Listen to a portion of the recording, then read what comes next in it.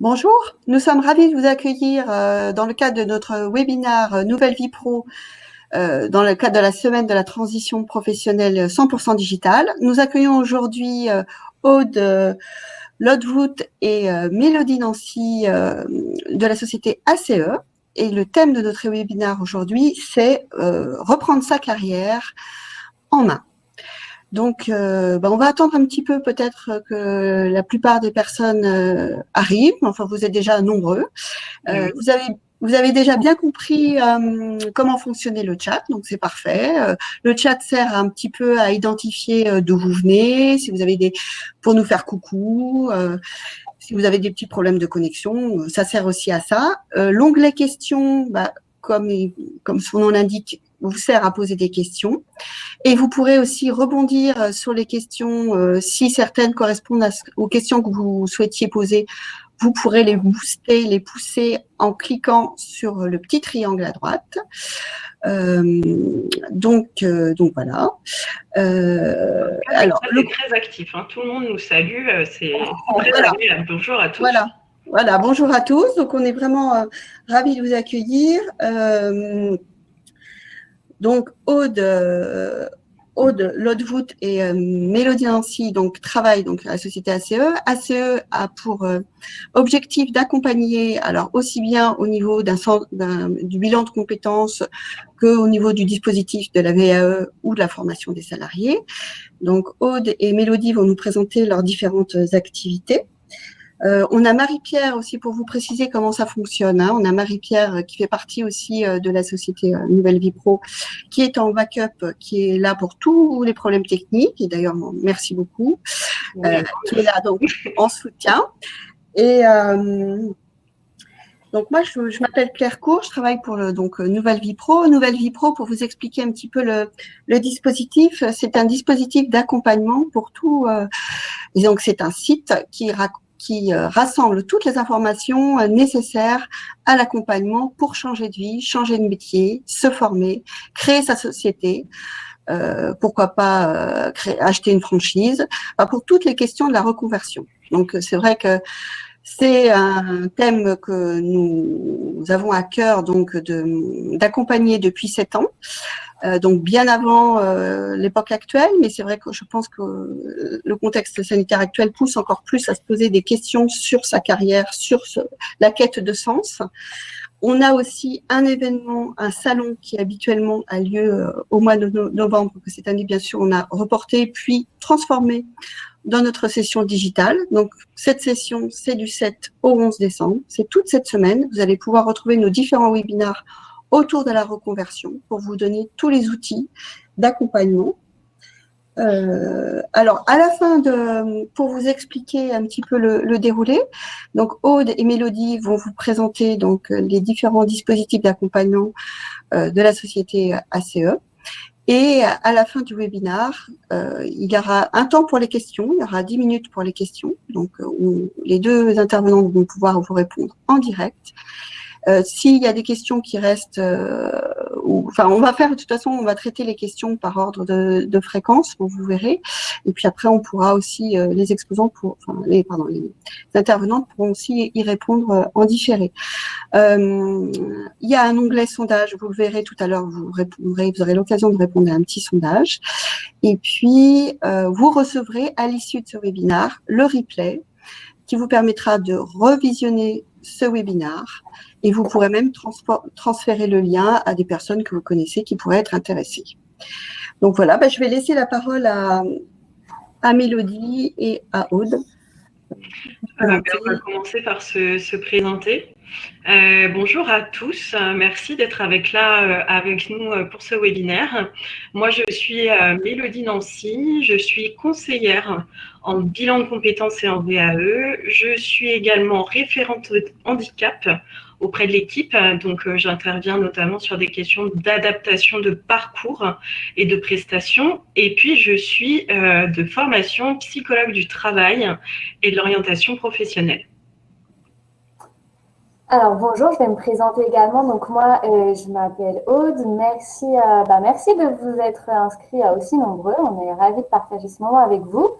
Je suis psychologue également et conseillère bilan et VAE au sein du centre ACE. Nous sommes un centre généraliste, donc on accueille des publics variés. Aujourd'hui, donc, on est 2 psychologues pour animer ce webinaire. Mais l'idée, c'est qu'effectivement, on travaille dans notre équipe avec des conseillères qui ont des profils très variés. Voilà un petit peu pour la présentation. Mélodie, je te laisse présenter peut-être le thème de notre webinaire. Oui, complètement.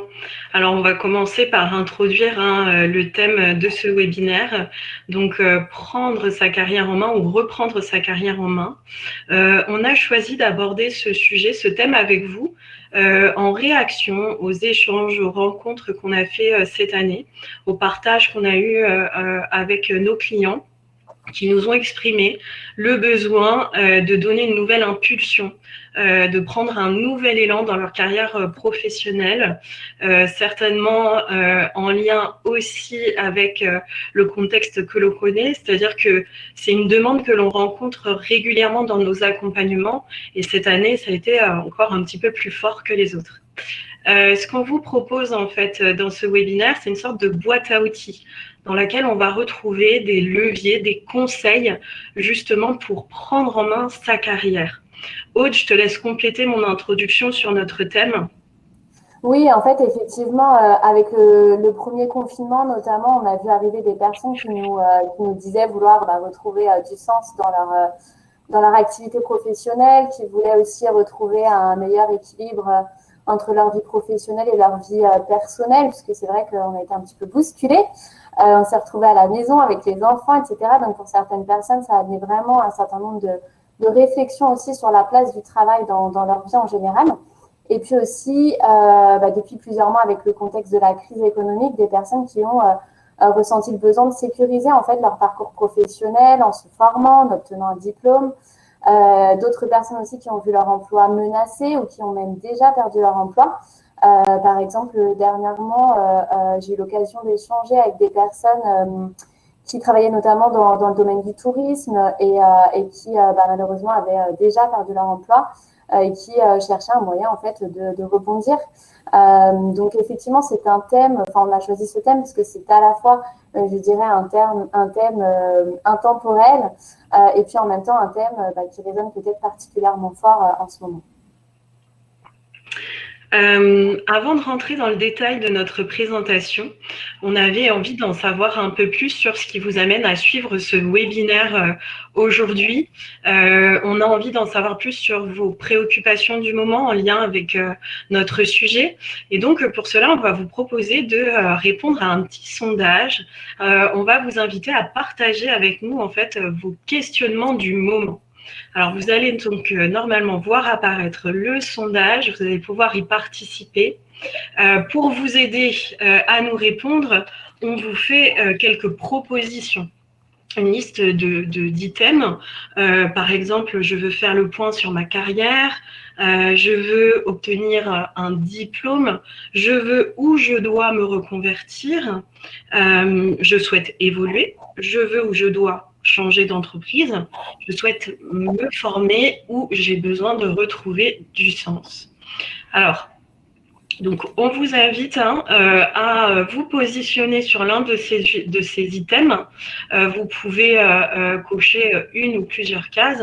Ça va nous permettre à nous d'en savoir plus sur ce qui vous amène aujourd'hui et ce qui vous a donné envie de suivre ce webinaire. Donc, on va vous laisser le temps de répondre. On va vous laisser le temps de vous positionner sur les différents items du sondage. Alors, vous êtes nombreux à nous suivre, donc il faut laisser à chacun le temps de se positionner. Alors, je ne vois pas apparaître les résultats. Est-ce que c'est normal ? Claire, est-ce que vous les voyez de votre côté, les résultats ? Oui, alors Oui, je peux vous faire déjà des premiers commentaires. En fait, pour l'instant, les deux réponses qui obtiennent le plus de votes, c'est je dois me reconvertir et retrouver du sens. D'accord. Donc, c'est C'est les assez, deux. assez en lien avec, avec ce qu'on vient de dire en introduction, effectivement. Tout à fait. Oui. Après, en troisième position, c'est faire le point sur ma carrière. Mais c'est vrai que là, ça se confirme vraiment. Je dois me reconvertir. Pour l'instant, on est à 37%. Et retrouver du sens, on est à 31%. D'accord, ok. C'est depuis le début, c'est là les deux points de polarisation. Donc, on va attendre que les chiffres se stabilisent, mais je pense que c'est quand même les deux tendances lourdes du résultat du sondage. D'accord. Très bien, mais c'est important et intéressant pour nous d'avoir ce feedback. Dans notre présentation, on va aborder différents outils, différents leviers qui viendront répondre à ces différents besoins. Et puis, on prendra le temps d'aborder ensemble justement vos préoccupations du moment et de faire le lien avec les sujets qu'on va vous proposer aujourd'hui.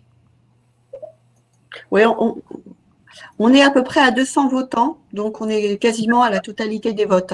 Et donc, par contre, je vois que quelqu'un nous dit qu'on peut cocher qu'une seule case. Alors, si vraiment on peut en cocher qu'une, en principe, on devait pouvoir en cocher plusieurs. Si c'est le cas, écoutez, cochez celle dans laquelle vous vous reconnaissez le plus. De toute façon, l'idée, c'est au fur et à mesure du webinaire d'essayer de couvrir au maximum l'ensemble de ces points-là. Mais effectivement, voilà, on trouvait intéressant d'avoir cette finesse un petit peu, de voir un peu plus finement quelles étaient vos attentes par rapport à ce webinaire-là. J'ai vu aussi dans les commentaires qu'il y avait une personne qui était malentendante et qui aurait bien voulu avoir des sous-titres peut-être. Donc, peut-être que dans un second temps, après le webinaire, on pourra vous envoyer quelque chose de plus complet, puisqu'effectivement, on n'a pas prévu de sous-titres et c'est bon à savoir peut-être pour une prochaine fois. Voilà, de manière à ce que le webinaire soit accessible à tous et c'est quelque chose qui est important pour nous. Alors Claire, est-ce que vous pouvez nous aider pour la lecture des retours parce que je n'ai toujours pas accès aux résultats. D'accord. Alors on est à plus de 200 votes, donc sur 278. Et donc 36% je dois me reconvertir. 32% retrouver du sens. Et 14% faire le point sur ma carrière. Ok. Très bien. On va pouvoir donc avancer dans notre présentation. On va garder en tête les grandes tendances et puis on fera le lien de toute façon dans notre présentation. Donc, je vais vous proposer d'avancer vers le sommaire et de vous présenter en fait les sujets qu'on va aborder ensemble dans cette présentation, dans ce webinaire. Alors, on va d'abord se concentrer sur le bilan de compétences, la validation des acquis de l'expérience, donc la VAE. Ensuite, on parlera ensemble dans les grandes lignes du compte personnel de formation, le fameux CPF, selon deux niveaux, le CPF autonome et le CPF dédié à la transition professionnelle. Et puis enfin, on abordera l'importance du partage d'expérience en fait pour affiner un projet. Et puis, on laissera la place donc aux questions. On reviendra donc à la fin de cette présentation sur vos questions et on essaiera d'apporter les réponses les plus complètes. On va donc commencer avec le premier point de notre présentation, le bilan de compétences. Alors, qu'est-ce qui peut vous amener à vous tourner vers le bilan de compétences? Qu'est-ce qui peut vous amener à entreprendre cette démarche? Évidemment, vos attentes, vos besoins, vos objectifs sont très personnels et individuels. Ici, on a essayé de faire un résumé en fait des points qui reviennent le plus souvent. Alors, ce que l'on retrouve, c'est le besoin de faire le point sur sa carrière. On retrouve le besoin de se repositionner sur le marché de l'emploi, le besoin d'identifier, de valoriser sa plus-value professionnelle. Je veux changer de métier, mais pour cela, j'ai besoin de connaître mes points forts, de savoir quelle est ma plus-value professionnelle, qu'est-ce qui va me permettre de me démarquer sur le marché de l'emploi aux yeux des recruteurs. Ce qui peut vous amener à entreprendre un bilan de compétences, c'est aussi de mettre en place une reconversion ou de devoir envisager et préparer une mobilité professionnelle. Par exemple, dans mon entreprise, il y a un poste que je vise, c'est mon objectif, mais pour atteindre cet objectif, il me reste à travailler le chemin, le plan d'action. Est-ce que je vais devoir me former? Est-ce que je vais devoir passer par des postes intermédiaires? Eh bien, le bilan de compétences peut vous aider dans cette démarche. À qui s'adresse le bilan de compétences? Là aussi, il s'adresse en fait à un public assez large, assez vaste. Nous, à la CE, nous sommes un centre généraliste, c'est-à-dire qu'on accompagne en fait chaque année des personnes qui arrivent d'horizons très différents, qui ont exercé des métiers divers et variés. Et là, on vous propose un peu un résumé du public concerné par le bilan de compétences. Donc, il peut s'adresser à des personnes en recherche d'emploi, en mobilité professionnelle, en reconversion. Donc là, on peut faire le lien avec les résultats du sondage. Il s'adresse à des salariés du secteur privé, des agents de la fonction publique. Par exemple, nous accompagnons régulièrement des agents de la fonction publique hospitalière. Il s'adresse aussi à des commerçants, à des artisans, des personnes qui exercent une activité en libéral. Il s'adresse aux personnes de tout niveau de compétences et de qualifications. Là aussi, on accompagne des cadres, des techniciens, des agents de maîtrise. On accompagne également des indépendants. Et évidemment, bien sûr, le bilan de compétences s'adresse aussi aux personnes en situation de handicap. On va rentrer dans le détail du dispositif, dans le contenu, et c'est Aude qui va vous faire cette présentation. Alors, effectivement, la loi prévoit 24 heures d'accompagnement pour un bilan de compétences. Donc, ce sont 24 heures qui sont réparties entre des moments d'échange avec le conseiller bilan et des temps de travail personnel. Donc, à la CE, on valorise le temps passé avec le conseiller en proposant 18 heures d'entretien, ce qui est plus que la plupart des centres de bilan de compétences qui proposent souvent 12 ou 14 heures d'entretien. Alors, on a écrit 18 heures de face à face. Il va de soi que ça peut être en présentiel, en distanciel, sans problème. Et 6 heures de travail personnel accompagné, qui sont donc des heures pendant lesquelles le bénéficiaire va effectuer des recherches, des enquêtes métiers ou toute autre démarche vers laquelle le conseiller l'aura orienté. Donc, c'est réfléchi et décidé conjointement entre le bénéficiaire du bilan et son conseiller. Ces 24 heures sont réparties sur environ 3 mois. Donc, par exemple, on peut proposer un rendez-vous de 2 heures par semaine, pendant environ 2 à 3 mois. Le bilan de compétences comporte 3 phases, les phases préliminaires, phase d'investigation et phase de conclusion que nous allons détailler. Alors, la phase préliminaire que nous avons intitulée ici « Comprendre vos besoins ». Donc, c'est une phase qui est relativement brève, en fait, dans le bilan. Il s'agit de faire le point sur votre situation actuelle ou sur votre dernière situation professionnelle si vous êtes en ce moment demandeur d'emploi, par exemple. Et l'idée, c'est de faire, en fait, un état des lieux. Qu'est-ce qui vous plaît dans cette situation? Qu'est-ce qui vous déplaît? Qu'est-ce que vous voulez garder, etc. À partir de cet état des lieux, le conseiller bilan et le bénéficiaire vont définir ensemble les objectifs de manière à construire un programme d'accompagnement sur mesure. L'idée, c'est donc, je dirais, à la fois de respecter, bien sûr, le cadre légal qui prévoit des étapes, mais aussi de personnaliser au maximum la démarche, l'accompagnement en fonction de chaque personne, de chaque situation spécifique, de vos objectifs à vous. Certaines personnes vont entreprendre un bilan, on l'a vu tout à l'heure, pour se repositionner sur le marché de l'emploi, pour se reconvertir, d'autres pour faire un point, d'autres. Donc voilà, en fonction des objectifs, on ne va pas travailler de la même manière ensemble. Alors juste, Aude, si tu as fini sur la présentation de cette phase, ce que je voulais rajouter, et ça va peut-être aussi faire écho avec les commentaires qu'on trouve dans le chat, c'est aussi dans cette phase que se joue l'alliance de travail. D'où l'importance de bien choisir la personne qui va vous accompagner. Vous allez former une équipe avec le conseiller ou la conseillère qui vous accompagne.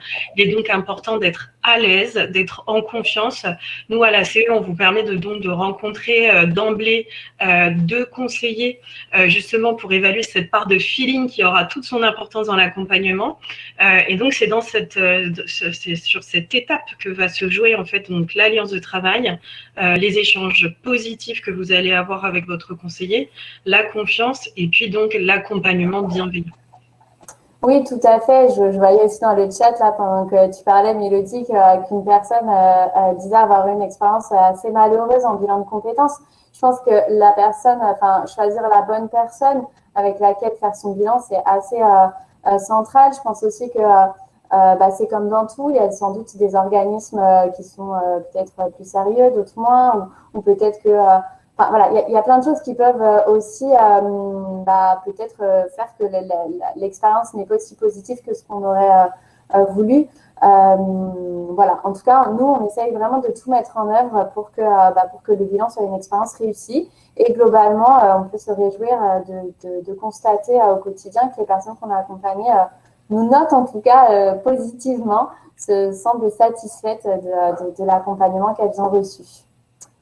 Je vais donc passer à la phase d'investigation du bilan que nous avons intitulée ici donc partir à la découverte de soi et construire son projet.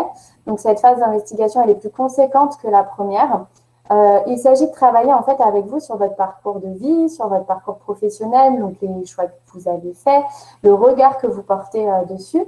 De travailler également sur vos valeurs et vos motivations professionnelles, sur vos intérêts professionnels, d'analyser vos compétences, donc de construire un portefeuille de compétences, de travailler à l'identification de vos atouts en termes de savoir-faire, mais aussi en termes de savoir-être. Donc là, on parle plus de personnalité. Et pour tout ça, en fait, on s'appuie sur différents exercices, questionnaires, tests, entre guillemets, qu'on va là aussi adapter en fonction de vos objectifs. Finalement, chaque conseiller accompagne avec qui il est, avec sa personnalité, avec sa formation, avec son approche et avec ses outils. Et chaque conseiller dispose aussi finalement d'une mallette à outils et va en fait piocher dans cette mallette pour vous proposer en fait des supports qui vont tenter de répondre aux questionnements que vous posez.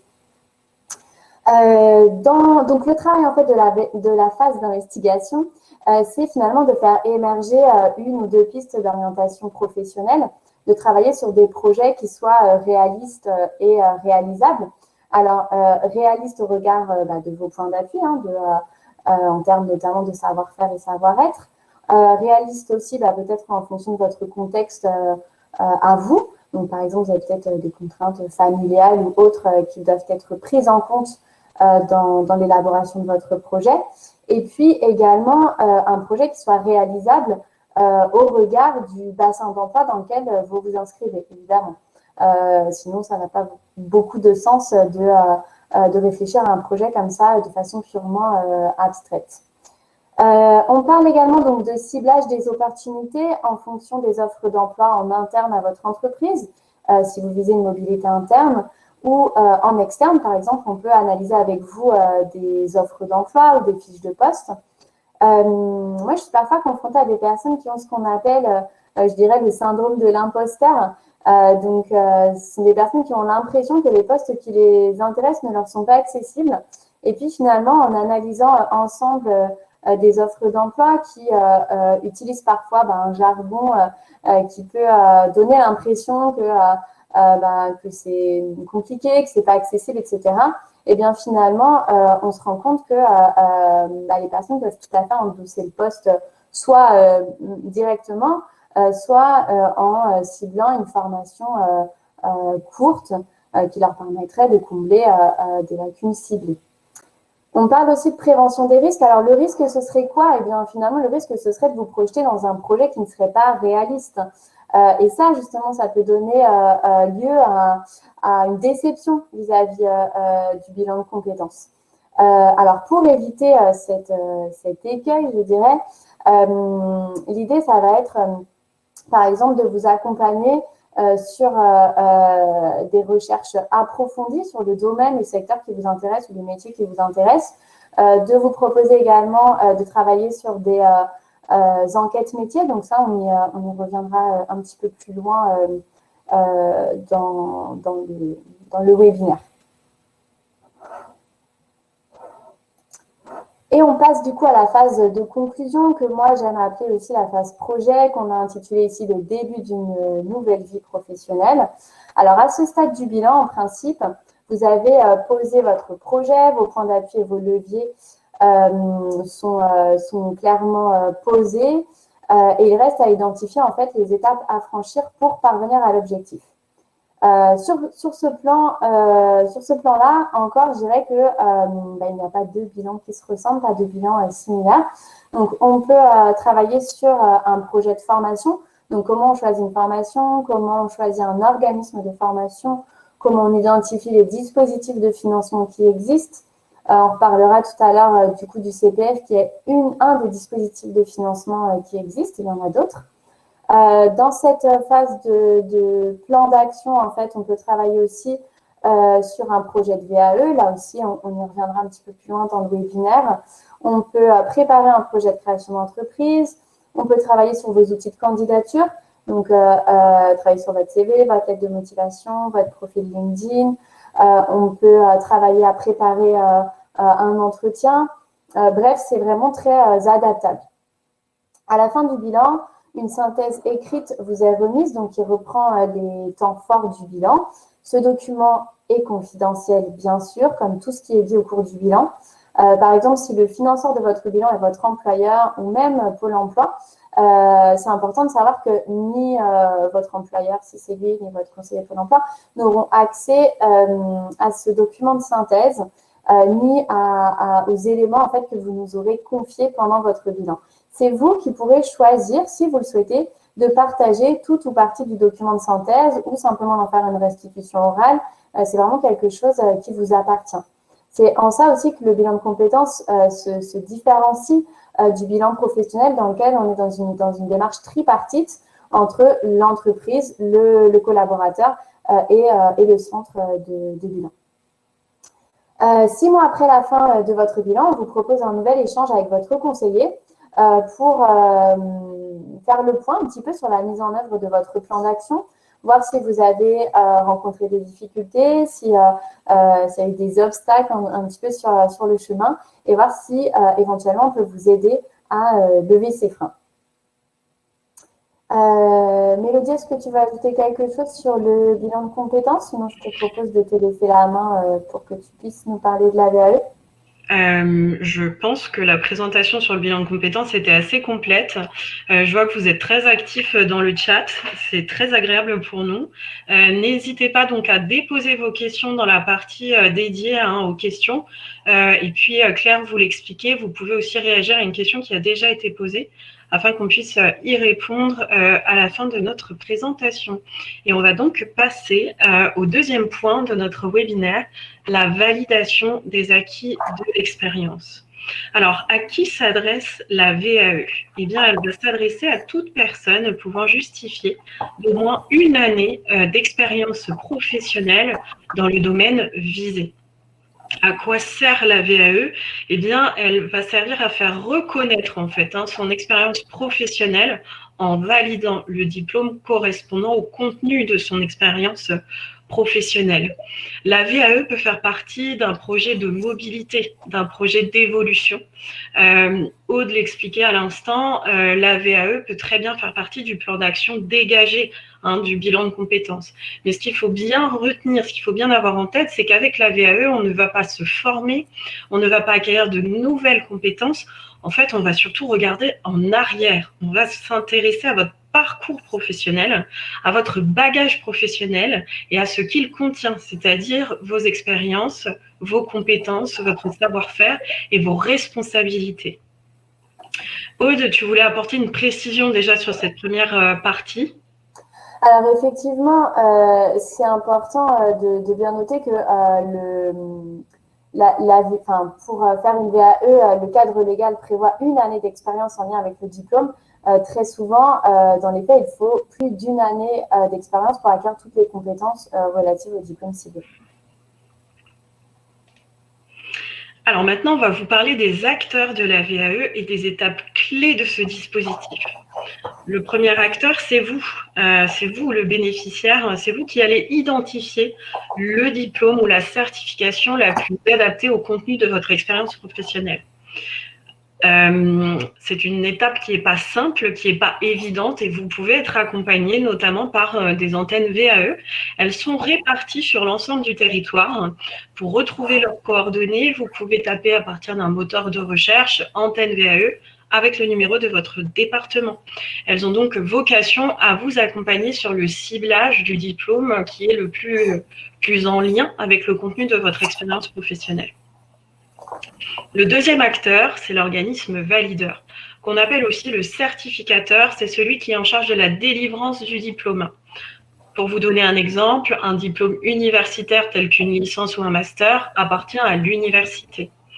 À la CE, nous, on accompagne spécifiquement sur une liste de diplômes, donc le BTS comptabilité et gestion, le BTS SAM, support à l'action managériale, le BTS GPME, gestion des petites et moyennes entreprises, et puis on accompagne également sur la VAE, sur le DCG, le DSCG, 2 diplômes qui mènent vers l'expertise comptable. Eh bien, pour tous ces diplômes, c'est le ministère de l'Éducation nationale qui est le certificateur, et l'interlocuteur privilégié, en fait, c'est ce qu'on appelle le DAVA, le dispositif académique de validation des acquis. On arrive du coup à la deuxième étape du dispositif, qui est le dossier de recevabilité, le livret 1. Dans ce dossier, vous allez faire apparaître l'ensemble de vos expériences en lien avec le diplôme. Vous allez les présenter de manière assez succincte. Vous allez parler de vos motivations et puis vous allez apporter des preuves de cette expérience professionnelle. Un contrat de travail, un bulletin de salaire par exemple. La recevabilité, c'est la première étape administrative en fait. C'est ce qui va officialiser la démarche. Ça correspond un peu à une forme d'inscription administrative. La troisième étape, c'est le dossier de validation, le livret 2. Et là, le troisième acteur concerné, en fait, c'est l'accompagnateur, la CE par exemple. Dans ce dossier de validation va se jouer un peu le nerf de la guerre, c'est-à-dire qu'on va aller décrire de façon très détaillée, presque chirurgicale, l'ensemble de vos compétences, de vos savoir-faire, de vos connaissances, de vos responsabilités en lien avec le diplôme. Pour vous aider à faire ce travail, il y a un document très important qui s'appelle le référentiel de certification. Pour vous faire une définition assez grossière, c'est une sorte de répertoire dans lequel on va trouver l'ensemble des compétences attendues par le titulaire du diplôme. Pour le BTS comptabilité et gestion, par exemple, le référentiel est découpé en pôles de compétences et l'objectif dans le dossier de validation, à travers la description de situation professionnelle, c'est de couvrir un maximum de ce référentiel de certification. Et donc, c'est important de pouvoir être accompagné en fait dans cette démarche. Et le rôle du prestataire qui vous accompagne, c'est de vous apporter une méthodologie qui vous permettra de présenter très clairement votre expérience pour que le jury puisse facilement évaluer votre niveau de compétence. Justement, le jury, eh bien, c'est le quatrième acteur dans le dispositif de la VAE. Et du coup, on en arrive à la quatrième étape du dispositif qui est l'oral devant le jury. Vous déposez en fait votre dossier, votre livret 2 auprès du certificateur. Lui va mettre en place un jury qui est composé d'enseignants et d'experts en lien avec le domaine du diplôme. Vous allez présenter votre dossier, vos motivations et vous allez répondre à des questions qui portent exclusivement sur votre dossier. Il ne s'agit pas d'une évaluation de vos connaissances théoriques ou générales. Enfin, c'est le jury qui prend sa décision et qui se positionne. On revient quelque temps après vers vous pour vous dire si vous avez validé entièrement le diplôme, s'il s'agit d'une validation partielle ou s'il s'agit d'une validation, d'une non-validation, pardon. En cas de validation partielle, qu'est-ce qui se passe? Eh bien, c'est le jury, en fait, qui va vous notifier les parties du diplôme que vous avez validées et quelles sont celles qui vous restent à acquérir. Dans ce cas-là, 2 options pour vous. Vous pouvez vous former, c'est ce qu'on appelle un peu les parcours hybrides, une partie du diplôme qu'on va valider par le biais de la VAE et une autre par le biais de la formation. Vous pouvez aussi décider de mettre en place une nouvelle VAE à partir du moment où vous avez mis en place des activités qui vous permettent de couvrir les UE que vous n'aviez pas, enfin les parties du diplôme que vous n'auriez pas validées au départ. Aude, là aussi, tu voulais compléter ma présentation sur la VAE. Alors, à plusieurs niveaux, parce que je vois aussi des petites choses dans le chat sur lesquelles je me dis que ça peut être intéressant peut-être de réagir tout de suite, notamment sur le nombre d'années d'expérience. Je vois par exemple un participant, et d'ailleurs merci pour tous vos commentaires, un participant qui demande si avec 30 ans d'expérience, ça marche aussi. En fait, bien sûr que ça marche aussi, mais l'idée, c'est pas tant le nombre d'années d'expérience que vraiment la particularité de la VAE, c'est qu'il faut avoir des compétences qui collent au référentiel du diplôme. C'est ce qu'expliquait Mélodie à l'instant. C'est-à-dire qu'en fait, vous pouvez être très compétent sur votre poste, mais si vous n'avez pas au cours de votre parcours professionnel acquis les compétences relatives à un diplôme spécifique, parce qu'il arrive par exemple parfois que les personnes que nous rencontrons aient des compétences qui sont moitié d'un diplôme et moitié d'un autre. Et du coup, vous ne pouvez valider finalement aucun des deux en entier. Donc, c'est pour ça que c'est vraiment important au départ de bien cibler le diplôme qui correspond à votre activité professionnelle et de vérifier que vous avez bien, on va dire, la majeure partie des compétences attendues par diplôme. Ça, c'était juste une petite précision que je voulais apporter en réponse à vos commentaires. Autre point, effectivement, je voulais ajouter que un diplôme obtenu par la voie de VAE a exactement la même valeur qu'un diplôme obtenu par voie de formation, puisqu'en fait, c'est le même diplôme. Donc finalement, on ne peut pas faire la différence entre les deux diplômes, rien n'est différencié. Voilà. Et puis je vois qu'il y a beaucoup aussi de commentaires sur Active Projet, donc qui est donc un dispositif du Pôle Emploi, et je propose qu'on y revienne à la fin quand on répondra aux questions. Parfait. Du coup, on va pouvoir avancer sur le troisième point de notre présentation. On voulait vous parler donc de l'un des dispositifs de financement qui est le compte personnel de formation. Et on va commencer par le CPF autonome. Depuis le 1er janvier 2020, votre CPF est crédité en euros et non plus en heures. La nouveauté aussi, c'est la plateforme moncompteformation.gouv qui vous permet d'avoir une gestion individuelle et personnelle du CPF. Qu'est-ce que ça veut dire ? Vous pouvez décider de financer vous-même une action de formation.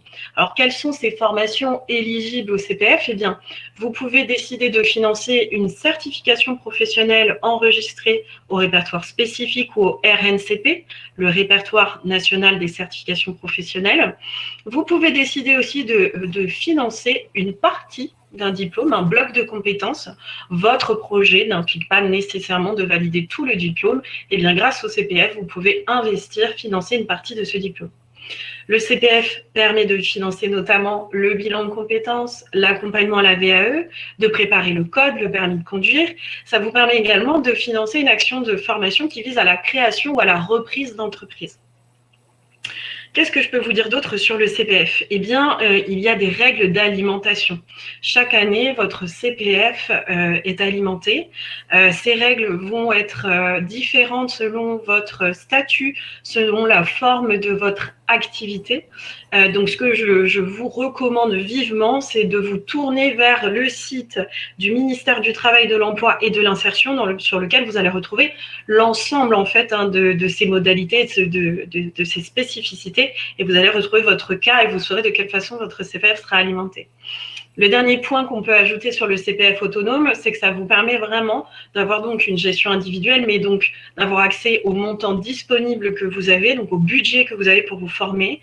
Ça vous permet également de comparer des formations. Je veux me former et faire une formation en anglais. Eh bien, vous le verrez sur la plateforme moncompteformation.gouv, il y a une richesse de l'offre de formation. Vous pouvez comparer les prix, le nombre d'heures, la modalité. Est-ce que c'est en présentiel? Est-ce que c'est en distanciel? Vous pouvez comparer également les méthodes. Donc, vous êtes vraiment au cœur du système. Vous avez la main. L'objectif, c'est vraiment de vous rendre actif dans votre dynamique de formation. Aude, du coup, je te passe le relais pour le CPF de transition professionnelle. D'accord. Alors, donc le CPF de transition professionnelle, en fait, il se substitue à l'ancien CIF qui a été supprimé au 1er janvier 2019. Le CPF de transition professionnelle, il ouvre la possibilité, en fait, pour les salariés de changer de métier. Il s'agit donc de prendre en charge des formations plus longues que celles prises en charge dans le CPF autonome.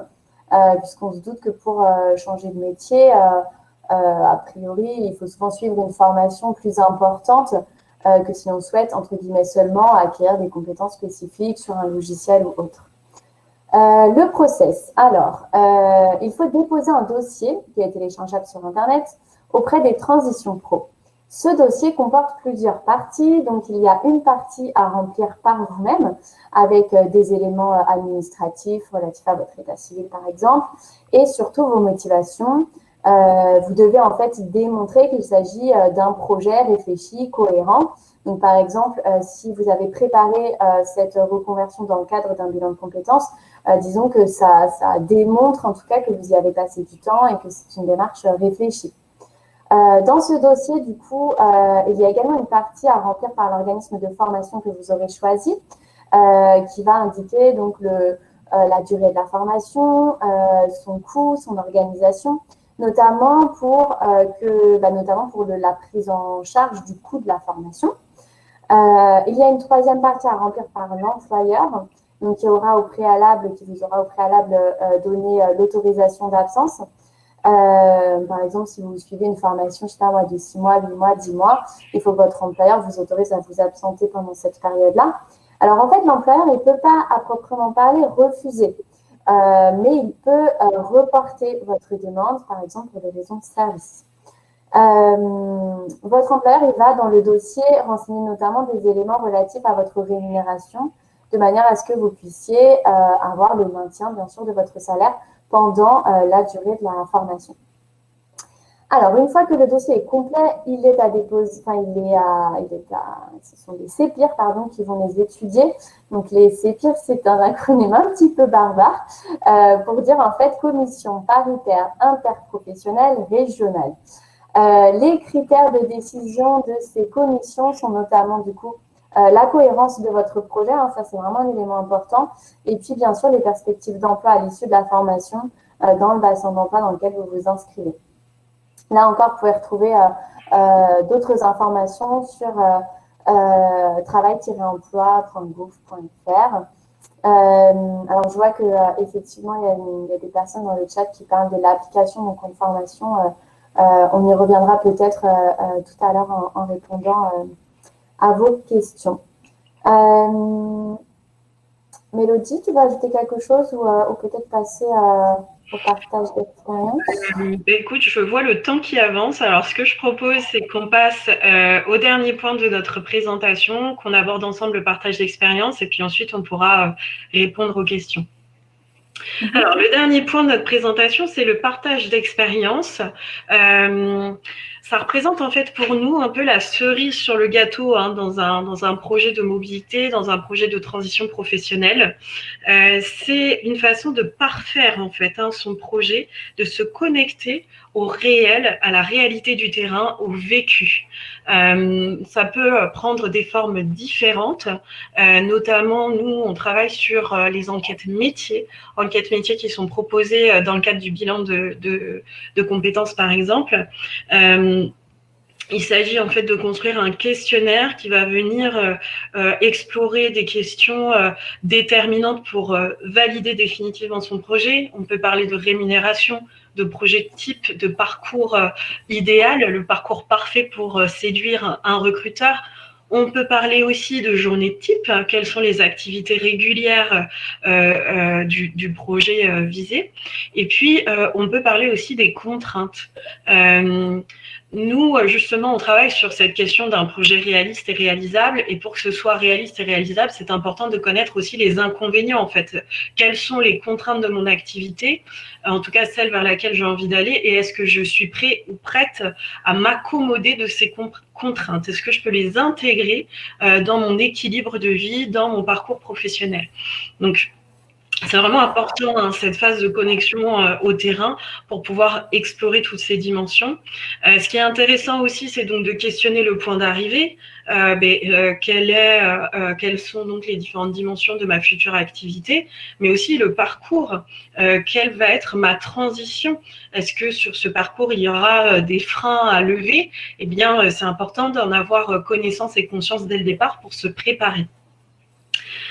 Dans le partage d'expérience, les acteurs clés, eh bien, ça va être le réseau, les membres de ce réseau professionnel. Pour vous aider, nous, à la CE, ce qu'on propose, c'est de vous mettre en relation avec ce qu'on appelle le réseau des anciens clients. Un petit peu comme le réseau des anciens élèves, l'idée, c'est vraiment de vous mettre en relation avec des personnes qui exercent ou qui ont exercé l'activité vers laquelle vous avez envie de vous tourner, qui ont, elles aussi, par exemple, vécu un parcours de reconversion, qui ont dû faire face à tous ces challenges et qui va pouvoir partager avec vous des conseils, des astuces et puis parfois même des encouragements pour vivre ce parcours de transition. Aude, toi, tu vas nous parler en fait des plateformes qui peuvent venir soutenir justement le partage d'expérience. Oui, alors voilà, je voulais juste citer quelques-unes de ces plateformes. Il en existe évidemment beaucoup. Parmi celles-ci, on peut citer WeChangeUp, on peut citer Explore Job, on peut citer également l'application Shaper, donc ça s'écrit SHAPR. C'est une sorte en fait de Tinder professionnel. Vous pouvez en fait liker une personne dont le profil pro vous intéresse. Et si cette personne est OK, alors vous pouvez entrer en contact avec elle. Voilà, il en existe d'autres bien sûr. LinkedIn peut aussi être utilisé, même s'il ne s'agit pas bien entendu d'une plateforme dédiée au partage d'expérience. Et effectivement, la notion de réseau plus globalement est extrêmement importante et prend de plus en plus de place aujourd'hui dès qu'on souhaite changer de domaine, changer de secteur, se reconvertir, etc. Parfait. Voilà. Nous sommes arrivés à la fin de notre présentation. On espère que cette présentation vous a plu en tout cas. Et puis, on va essayer de répondre au mieux à toutes les questions que vous vous posez. Moi, j'en ai noté quelques-unes. Et puis après, j'imagine que Claire aussi, vous pourrez nous interpeller sur d'autres questions qui nous auront échappé. En fait, moi, j'ai noté notamment sur la question de la VAE, qu'une personne précisait qu'il fallait 3 ans d'expérience professionnelle. En fait, c'était vrai, effectivement. Alors, il y a quelques années, j'avoue que il y a eu tellement de lois sur les réformes de la formation professionnelle que je ne sais plus laquelle a changé cet aspect-là des choses. Mais maintenant, effectivement, on est sur 1 année d'expérience professionnelle pour pouvoir prétendre à l'obtention d'un diplôme par la voie de la VAE. Pourquoi, en fait, je pense que, c'est mon interprétation et qui est partagée évidemment par d'autres, c'est que l'idée, c'est de permettre en fait des parcours mixtes. Mélodie parlait tout à l'heure de parcours hybrides, c'est-à-dire qu'on pourrait valider finalement une partie d'un diplôme par la voie de la formation, une partie de ce même diplôme par voie de VAE. Et donc, en fait, au terme de ce parcours mixte, on pourrait finalement avoir le diplôme validé intégralement. Voilà, j'avais vu cela. J'avais vu aussi la question de DIF, de CIF, de CPF. Donc, le DIF, en fait, effectivement, c'était un dispositif qui existait avant le CPF. Et donc, effectivement, à cette époque, les droits à la formation étaient rattachés au salarié tant qu'il était dans son entreprise. Et donc, depuis la réforme, si je ne dis pas de bêtises, qui date de 2015, arrêtez-moi mesdames si je me trompe, en fait, maintenant, le CPF vous suit en fait tout au long de votre vie de salarié et vous pouvez changer d'entreprise, etc. Vous gardez en fait ces droits à la formation que vous avez acquis. Donc ça, c'était quand même une petite révolution. Ce qu'il faut savoir aussi, c'est qu'en fait, les heures de DIF que vous aviez capitalisées avant, vous pouvez les intégrer en fait à votre compte CPF à condition d'avoir effectivement l'attestation DIF qui en principe avait dû vous être remise par votre employeur à la fin de votre contrat si vous avez entre-temps changé d'entreprise. Et ces heures de DIF, donc vous allez pouvoir les intégrer à votre compte CPF jusqu'en juin prochain. Normalement, ça devait prendre fin décembre, là, ce mois-ci. Et finalement, en fait, c'est reporté au mois de juin 2021. Il y a une autre... Pardon, excuse-moi, tu avais fini sur ce sujet-là? Enfin, il y a une question moi dans le chat si jamais c'est pas suffisamment clair. Ouais. Dans le chat, il y a une question qui revient, c'est est-ce que tu peux redonner les noms des plateformes en fait? Je pense que on a été peut-être un peu vite et tout le monde n'a pas eu le temps de les noter. D'accord. Et alors j'entends aussi qu'il y a un problème avec le son. Est-ce que, peut-être qu'on ne m'entend pas très bien. Alors je vais essayer d'articuler davantage. Donc les noms des plateformes que j'ai citées, donc j'ai cité Explore Job en un seul mot, EXPLORJOB. Alors je suis désolée, j'entends ça grésille, oui. Je lis plutôt. Je vous les écris dans le chat. Donc il y a Explore Job. Il y a, j'ai cité quoi? J'ai cité We Change Up. Alors, hop, et j'ai cité Shaper. Voilà, merci aux personnes qui m'aident à compléter. C'est très sympa de votre part. Voilà, encore une fois, il en existe d'autres, mais le mieux serait de nous donner les liens, effectivement. Alors, je voulais. Alors, du coup, en attendant, il y a aussi des questions qui portent sur les demandeurs d'emploi et l'accès au bilan de compétences. Alors oui, hein, comme on l'a dit, le public demandeur d'emploi peut tout à fait réaliser un bilan de compétences. Aujourd'hui, vous pouvez le financer directement par le biais de la plateforme mon compte formation.gouv. Vous pouvez aussi avoir accès au financement, à la prise en charge directe de Pôle emploi. Ensuite, pour ce qui est des règles, c'est plutôt avec votre conseiller Pôle emploi qu'il faut qu'il faut aborder le sujet. Pôle emploi peut décider de prendre en charge votre bilan de compétences et vous laisser le budget disponible sur votre CPF pour vous former ensuite. Mais là, ce sont des négociations que vous devez mener avec votre conseiller. Il y a aussi des questions qui parlent du cofinancement. Est-ce que je peux mobiliser une partie de mon CPF et ensuite être cofinancé en fait par Pôle emploi? Alors oui, tout à fait. Alors, le cofinancement, pour le moment, nous, de notre point de vue et de notre expérience, il intervient quand le budget de votre CPF n'est pas assez conséquent pour couvrir l'intégralité des frais, en fait, de l'accompagnement. Et donc, à ce moment-là, Pôle emploi peut décider de compléter le financement. Alors, je vois aussi une remarque, Pôle emploi va favoriser Actif Projet plutôt que le bilan de compétences. Alors, je vais rebondir là-dessus parce que j'ai vu qu'il y avait beaucoup de commentaires sur Actif Projet. Actif Projet, c'est un dispositif du Pôle emploi Pôle emploi le communique dessus en l'associant à un bilan de compétences, en le définissant presque comme tel. Actif Projet, c'est quand même très différent dans les faits de ce que du bilan de compétences, en tout cas tel que nous on le propose. D'abord parce qu'il faut différencier un accompagnement collectif d'un accompagnement individuel. Ensuite, je dirais que Actif Projet et souvent en fait, les conseillers Pôle emploi, excusez-moi, les conseillers Pôle emploi vont avoir tendance effectivement à vous orienter d'abord vers Actif Projet parce que c'est un produit Pôle emploi, même s'il est effectivement parfois animés en fait par leurs prestataires, donc ils ne sont pas toujours animés par Pôle emploi directement, mais par des prestataires de Pôle emploi. Et nous, on accompagne régulièrement en bilan des personnes qui sont passées par Actif Projet. Ça les a éventuellement permis d'avancer un petit peu dans la réflexion, etc., mais ce n'était pas suffisant. Et donc ensuite, ils ont obtenu par Pôle emploi le financement d'un bilan de compétences après Actif Projet. Donc c'est bien quand même que ça reste deux choses qui sont distinctes, je dirais. Je vois également Pôle emploi, limite tout frais, maxi à 1 500 €, etc. Oui, c'est vrai qu'il y a ce plafond-là. Voilà. Bon, après, on arrive quand même, nous, à accompagner des personnes qui obtiennent des financements via Pôle emploi. Donc, tout ça, en fait, on pourra aussi en rediscuter par la suite de façon un petit peu plus individuelle. Alors, juste, on a encore un tout petit peu de temps, je vais répondre encore à quelques questions.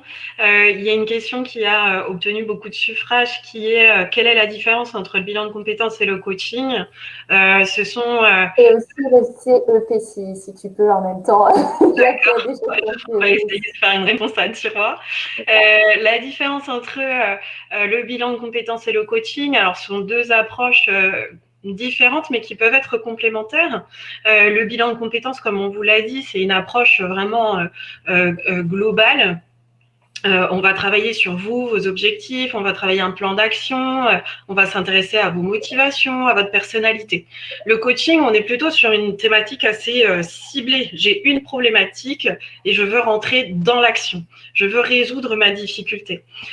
Nous, à la CE, dans l'équipe, on a des coachs qui vont marier en fait ces deux approches, une approche globale où on définit un projet professionnel avec des étapes, mais en même temps avec une approche coaching qui va vous challenger, qui va vous pousser justement dans la résolution de vos difficultés.